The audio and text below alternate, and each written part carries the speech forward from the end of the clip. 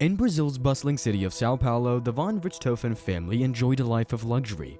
Their mansion, valued at $3 million, was a symbol of their wealth, complete with a pool, an office, and an extensive library.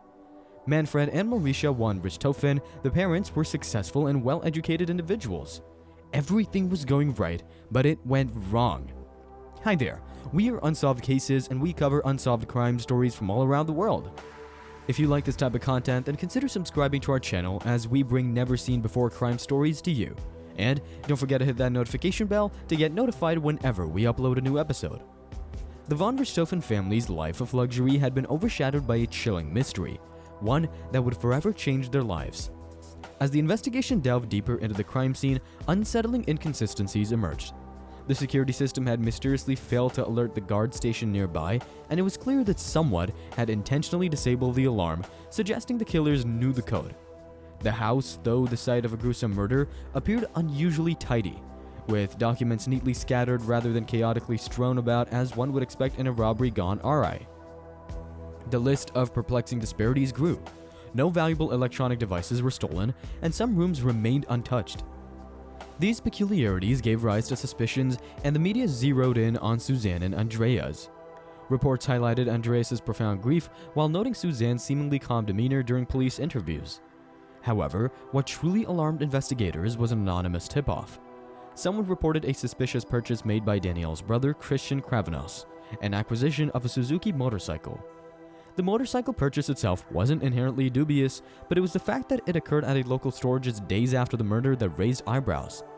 Christian, a 26-year-old with no stable employment, paid in cash with large bills, further fueling suspicions.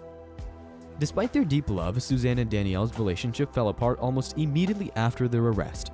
While Suzane was initially taken into custody, she was later released pending trial, a process that dragged on for almost 4 years. During her time out of prison, she had limited restrictions and nearly gained control of the inheritance by engaging lawyers. Suzane also agreed to interviews with local media, during which she cried, shifted blame onto Danielle, and portrayed herself as a distraught and broken young girl longing for her parents. Her performance aimed at improving her image backfired, as her lack of acting skills failed to convince people of her innocence.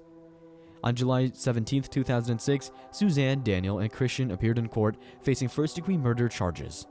The jury was presented with a detailed account of the events that unfolded on that fateful Halloween night in 2002. On the late evening of October 31st, Manfred and Mauricia were sound asleep in their suburban home. Andreas, their 15-year-old son, had left the house with Suzane, ostensibly to attend an online party. However, Suzane harbored a sinister plan. After dropping off her brother at an internet cafe, she returned home with Danielle and Christian. Suzane, with her family security guard noticing her but not suspecting anything, checked on her sleeping parents. Confirming their slumber, she deactivated the home alarm system. Guiding the men upstairs, they donned surgical gloves, pulled their hoods over their heads, and armed themselves with iron bars. While Suzane sat on a luxurious sofa calmly watching television, the two men began a brutal assault on her parents, who fought back despite the excruciating pain.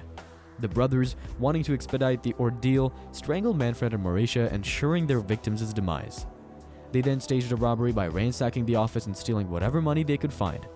Afterward, they all left the house to establish alibis.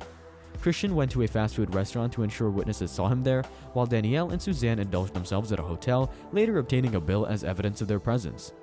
Suzane then picked up Andreas from the party, and upon returning home with her brother, they feigned shock when they discovered the gruesome scene.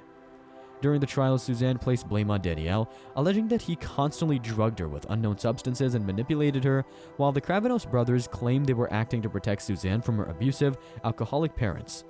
However, forensic examinations contradicted these claims.